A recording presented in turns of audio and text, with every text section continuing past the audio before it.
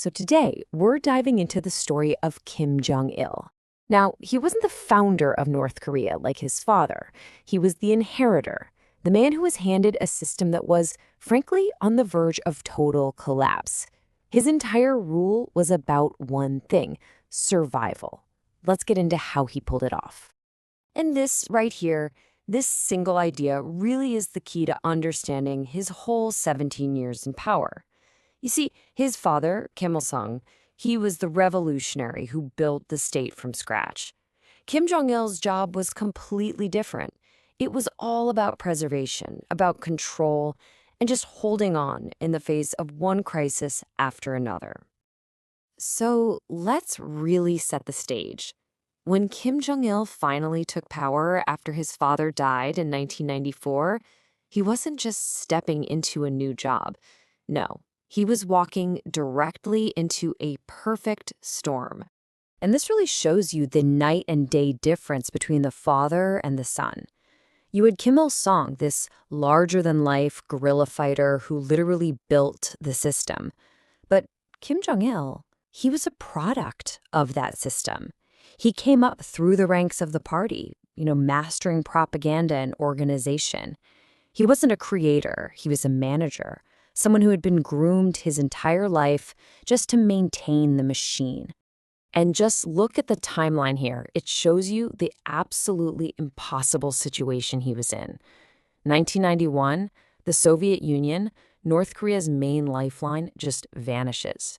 3 years later, his father, who was basically treated as a god, dies. And then, in the very same year, a horrific famine starts to take hold.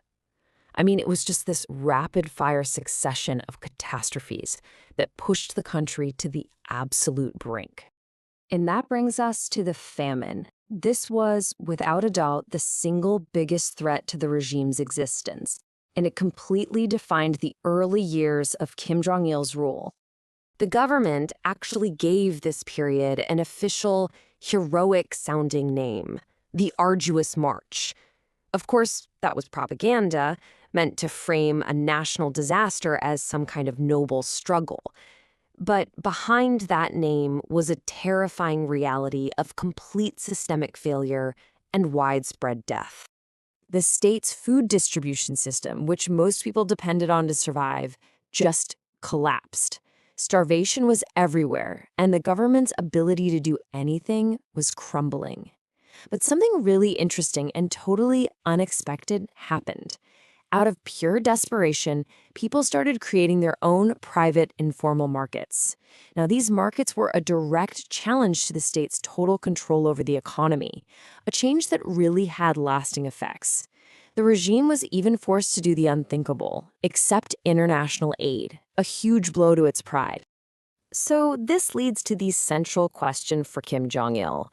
The economy is in ruins, people are starving. How on earth do you keep the whole country from just imploding? Well, his answer would go on to reshape North Korea for decades.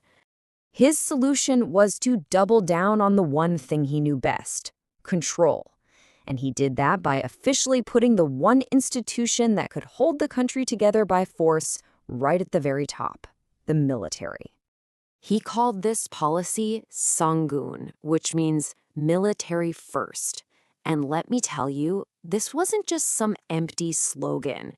This was a complete reordering of how the country worked. The Korean People's Army was now priority number one. They got the best food, the best resources, and the final word on just about everything. Everyone and everything else came second. And when you think about it, Songun was a brilliant, if totally ruthless, strategy.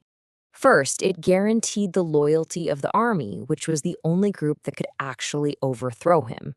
Second, it projected this image of an unbeatable military to scare off any foreign intervention.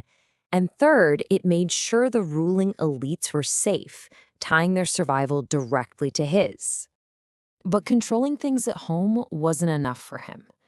For what he saw as ultimate security, Kim Jong-il needed the ultimate weapon.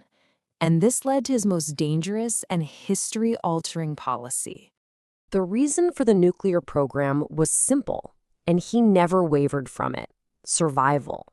He was convinced that only a nuclear bomb could give him an ironclad guarantee against an attack from the outside, especially from the United States. It was the ultimate insurance policy for his family's dynasty. And then, in 2006, he did it. Kim Jong-il crossed a line the world had drawn. North Korea conducted its very first nuclear test. It was a seismic event, announcing to everyone that they were now in the nuclear club. The world, of course, responded with outrage and sanctions, but for Kim, this was a calculated risk. The message was loud and clear: you don't mess with North Korea. But did all that international pressure work? Not a chance. Just 3 years later, in 2009, North Korea tested a second, even more powerful device. This proved that despite all the sanctions, the program wasn't just surviving, it was actually accelerating. From the regime's point of view, the nuclear gamble was working. It was cementing its power and its defiance.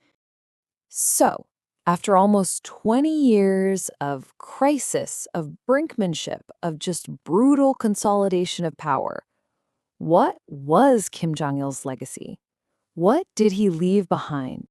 Well, by the late 2000s, his health was clearly failing. After he reportedly had a stroke in 2008, the succession plan went into overdrive. His youngest son, Kim Jong-un, was suddenly introduced to the public in 2010. And when Kim Jong-il died just a year later, the handover of power was immediate and smooth. The system he fought so hard to preserve held. And this really gets to his complicated legacy. On one hand, he succeeded at his main goal. The system didn't collapse, and he passed power down to a third generation. But the cost of that success was staggering. His policies made North Korea a total pariah state, buried under crippling sanctions, and all at the expense of its people. He basically preserved the dynasty by mortgaging the entire nation's future. Which leaves us with one last tough question. Kim Jong-il's entire rule was an exercise in pure preservation. He didn't build anything new, he didn't reform, he just endured. And so you have to ask, in the brutal, cold calculus of authoritarian power, is that enough? Is survival at any and all costs the ultimate measure of success?